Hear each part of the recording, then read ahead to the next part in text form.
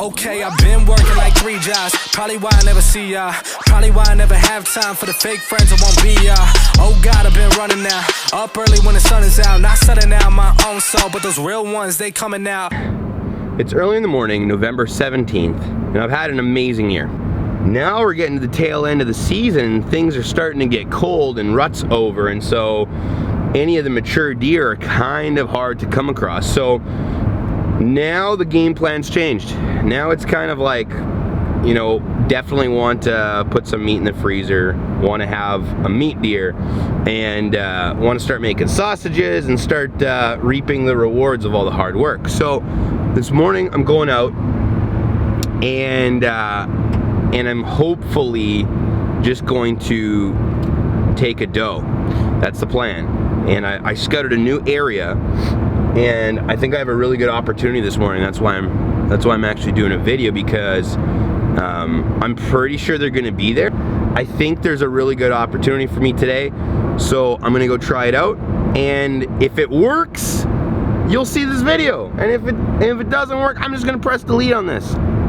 So, just like I thought, that alfalfa brought the deer right out. So the first 2 deer of the evening came up right underneath me at about 10 yards, and so I was ready to go, but I noticed one a lot smaller. So it was a doe and a fawn, and so even though I made the decision to basically harvest whatever came by, don't feel good about shooting a doe that has a fawn, right? Because then the fawn's not gonna really make it through winter. So I don't know if you could see, but sitting up in that tree there, and it's kind of tough, right? Because there's a heavy trail right here behind me, and anything that moved through today mostly was behind me. So heard a little rustle and turned around, and at about 40 yards there was a doe. So as you can tell, I harvested my doe.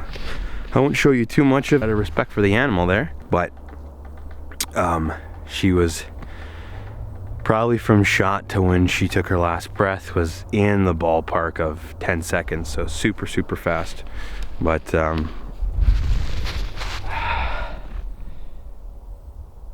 2018 hunting season is officially over.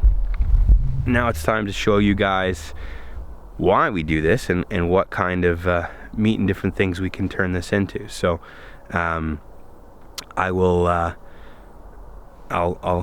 butcher this all up here, and then the next bit you'll see is us turning this into some meat. And one of the best parts of hunting, having a buddy come and help you. Appreciate that you have a truck, man. Oh yeah, gonna need an extra hand pulling out of there, and holding legs. And somebody to mop up all the blood. Oh, I hope I can do this.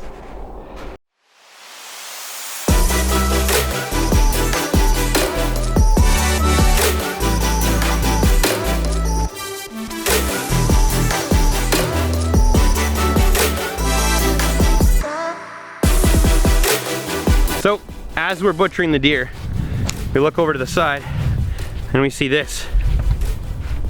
So, I think we only have one option, which is to make a fire and cook up some tenderloins.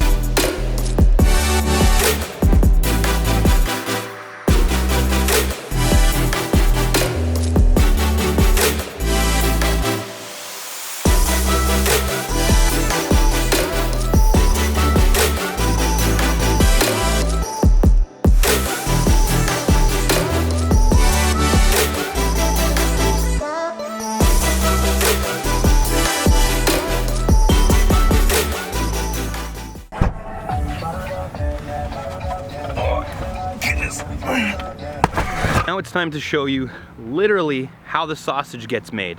So we are with one of the best butchers in the city, Shawn Miller from Miller's Meats.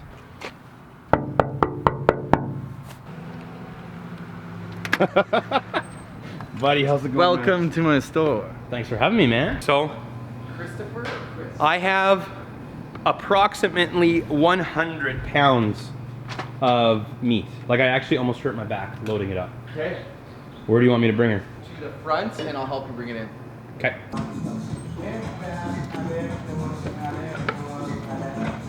All right, Shawn, what are we dealing with today?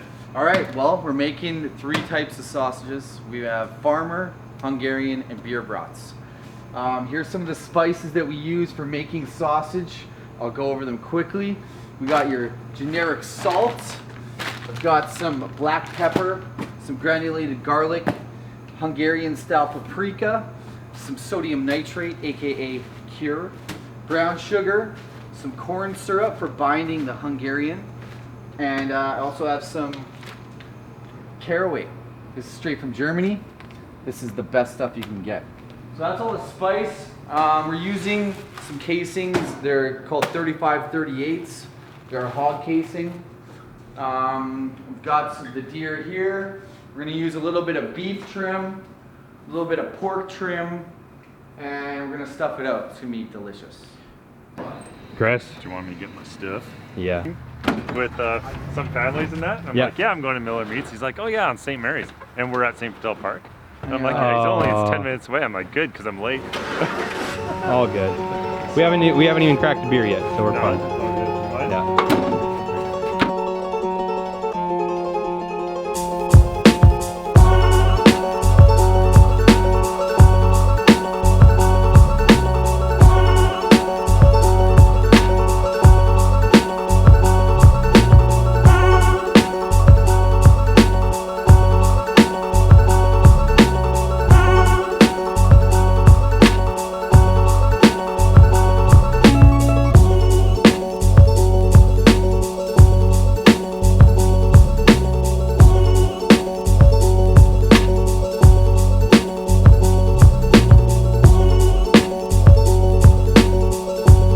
Okay, so the guys are making sausages right now, so I wanted to go over some misconceptions with deer meat.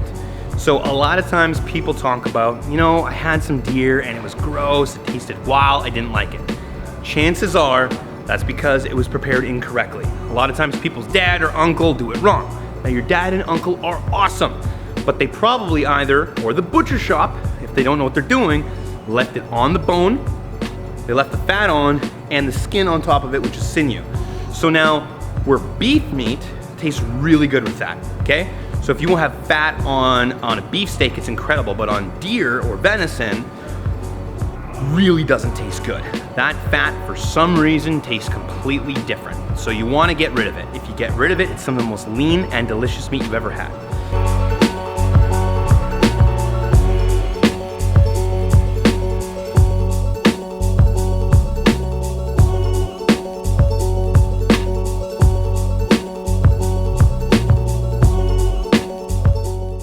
So that's a wrap.